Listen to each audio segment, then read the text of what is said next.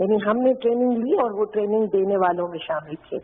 تو ایک بہت بڑا شخص ہم میں سے گیا ہے، لیکن جو بھی تبرکن ایسے بڑے نام، ایسے بڑی شخصیتیں، ایسے بڑے لوگ ہمارے درمیان موجود ہیں، ہمیں ان کی قدر کرنا چاہیے. ان کی زندگی میں پاکستان ٹیلی ویژن کو کبھی چیئرمین نہیں ملتا، کبھی ایم ڈی نہیں ملتا. کہاں بیٹھے ہیں وہ کمال نگینے لوگ جنہیں پاکستان ٹیلی ویژن نے ہی نام بھی دیا اور انہوں نے پاکستان ٹیلی ویژن کو پاکستان ٹیلی ویژن بنایا. وہ آج بھی کچھ موجود ہے لیکن ہم ان سے استفادہ نہیں کرتے. مجھے ایک شعر ہے نا کہ عمر بھر تنگ زنی کرتے رہے اہل وطن، یہ الگ بات کے دفنائیں گے اعزاز کے ساتھ. ہمیں اب ایسا نہیں ہونا چاہیے. نور، اب ہمیں بہت سوچنا پڑے گا کہ ہمارے پاس ادارے تباہ ہو رہے ہیں اور اس کی وجہ یہ ہے کہ اداروں کو سنبھالنے والے لوگوں کو ہم نے تباہ کر دیا ہے. وہ گوشوں میں بیٹھ گئے اپنی عزت بچا کر. آپ سلامت رہیے خوشبخت آپا. سوچنے کی بات کر رہی تھی خوشبخت آپا، تو یہ جو کرونا دنیا بھر میں ہے یہ ہمیں سوچنے پر ہی مجبور کر رہا ہے. اور وہ ہمارے دوست امین اقبال، انہوں نے بتایا کہ یہ کوارنٹائن جو ہے اس کا مطلب چلہ ہوتا ہے. اردو میں اس کو چلہ کہتے ہیں کہ آپ اپنے ساتھ بیٹھیں اور اپنا احتساب کریں اور سوچیں کہ کیا مال اسباب ہی سب کچھ بچا لیتا ہے اور آپ ہر چیز کے کنٹرول میں آ جاتے ہیں. اللہ کہہ رہا ہے ایسا نہیں ہے، ایسا نہیں ہے.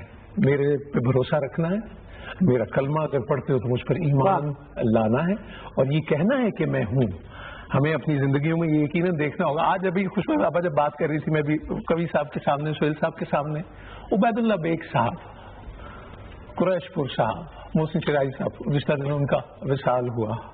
کیا بڑے بڑے نام ہیں. جناب دلدار پرویز بھٹی، آج اتنے برس ہو گئے ہمیں دوسرا دلدار پرویز بھٹی بھی نہیں ملا اور آج طارق عزیز صاحب کا بھی وصال ہو گیا. لیکن اقبال نے کہا کہ موت کو سمجھے ہیں غافل اختتام زندگی، ہے یہ شام زندگی صبح دوام زندگی.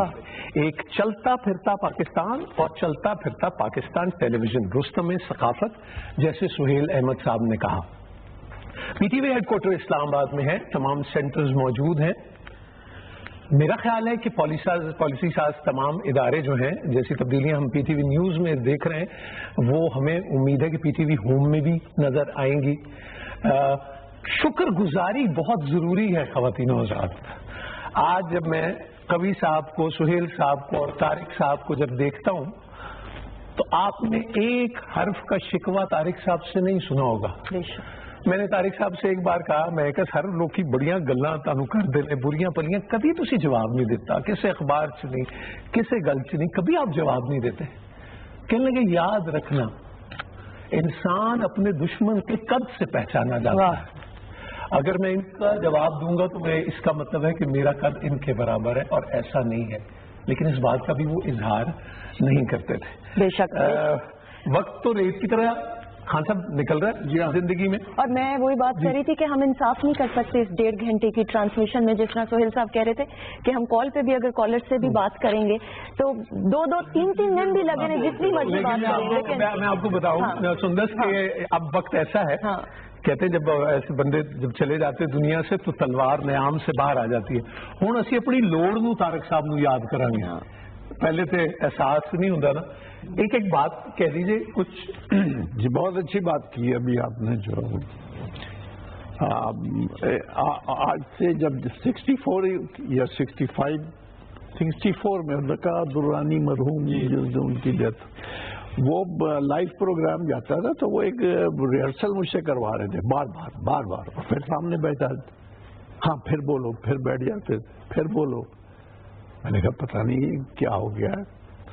تو وہ بانو کو سیاہ آپ آگے فکرے تھے کہ موت اور سورج دونوں عجیب چیز، کوئی بھی ان سے آنکھ نہیں ملا سکتا. ہم ان لوگوں کو معاف نہیں کر سکتے جو ہمیں چھوڑ کر چلے جاتے ہیں. ان کی بے وفائی دکھ دیتی ہے اور دیتی ہی رہتی. پھر وہ کہتے ہیں ایک دفعہ پھر بولو کبھی، پھر یہ موت اور یہ ایک دفعہ پھر بول. میں نے کہا پتہ نہیں کیا ہو گیا. نیکسٹ ڈے صبح اطلاع ملی کہ رکا صاحب وہاں گئے تھے وہ جو چانگا مانگا اور وہاں ٹرین تھے ان کے گھر. میرا کہنے کا مقصد یہ تھا کہ چلے جاتے ہیں لوگ،